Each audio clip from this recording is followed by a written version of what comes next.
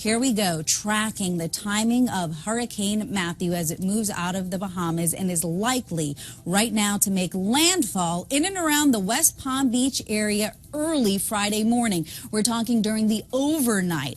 Category 4 will be likely. That means this storm will be a major hurricane with winds of 145 miles per hour.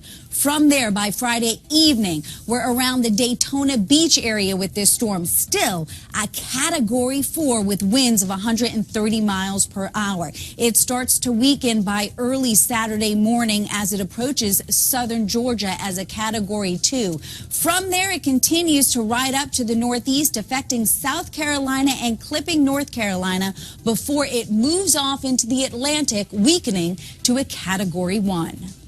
Now this is the mean sea level pressure thing that I'm talking about. If you'll notice, it's like it wraps all the way around and then it comes down. And then now it seems to be connecting with Matthew. That's unheard of. That is just wild, weird, wacky, giant, angry water and wind dragon. Holy crap. And what is this? And this? No. This is a Thor News presentation. Deal with it. Stay cool. Hit the button, baby. Thor News presents. The situation in the Atlantic is definitely weird and worth watching. Matthew caused maximum damage in Haiti, did a lot of damage to Jamaica. The Bahamas got creamed, and now Florida and the American East Coast are under the gun. That's not good. I'm sorry, but it looks like it's head straight for Florida. It's definitely landfall. Those models should be fired, for sure. Models behaving badly. This is no laughing matter. Lives are at risk. There could be deadly storm surge, extreme flooding, and depending on the category, when Matthew hits, deadly winds. And things have been weird all over. Winds are running at about 120 miles an hour. Matthew has strengthened, Category 4. And with hot waters in these areas, look for them to strengthen for sure. We're taking a look at Hurricane Matthew, and we're preparing for a direct hit on either Florida, South Carolina, or Georgia. Now, the breaking news is that Matthew is strengthening miles away from the Bahamas capital. Now, Matthew has not been predicted to really have major effects on Florida until Thursday night, because he has been traveling slow at 5 to 10 miles an hour. This is our buddy Matthew here, but it looks like he's grown some frontward extensions. Now, after watching him for a while, his parts have been popping up all over the place. And so there's Matthew right there. Looks like a weird kind of space duck, but he's very dangerous. Take this seriously. I use humor to deal with my nervousness and my fear, so please bear with me. That's Nicole. This thing I believe is still unnamed, as is this one. No.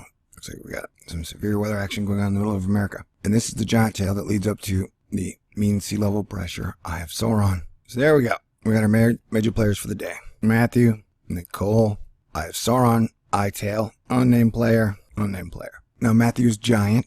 I mean, look how big that is. Top to end, that looks like about 1,000 miles. Now I've heard some people talk about Nicole forming up with Matthew. We're going to keep our eye on that.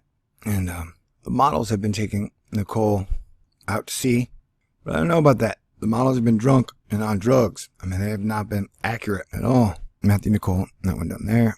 Oh man, it's too early in the morning. I haven't been getting much sleep lately. But from the looks of it, that is definitely making landfall on Florida in the very near future.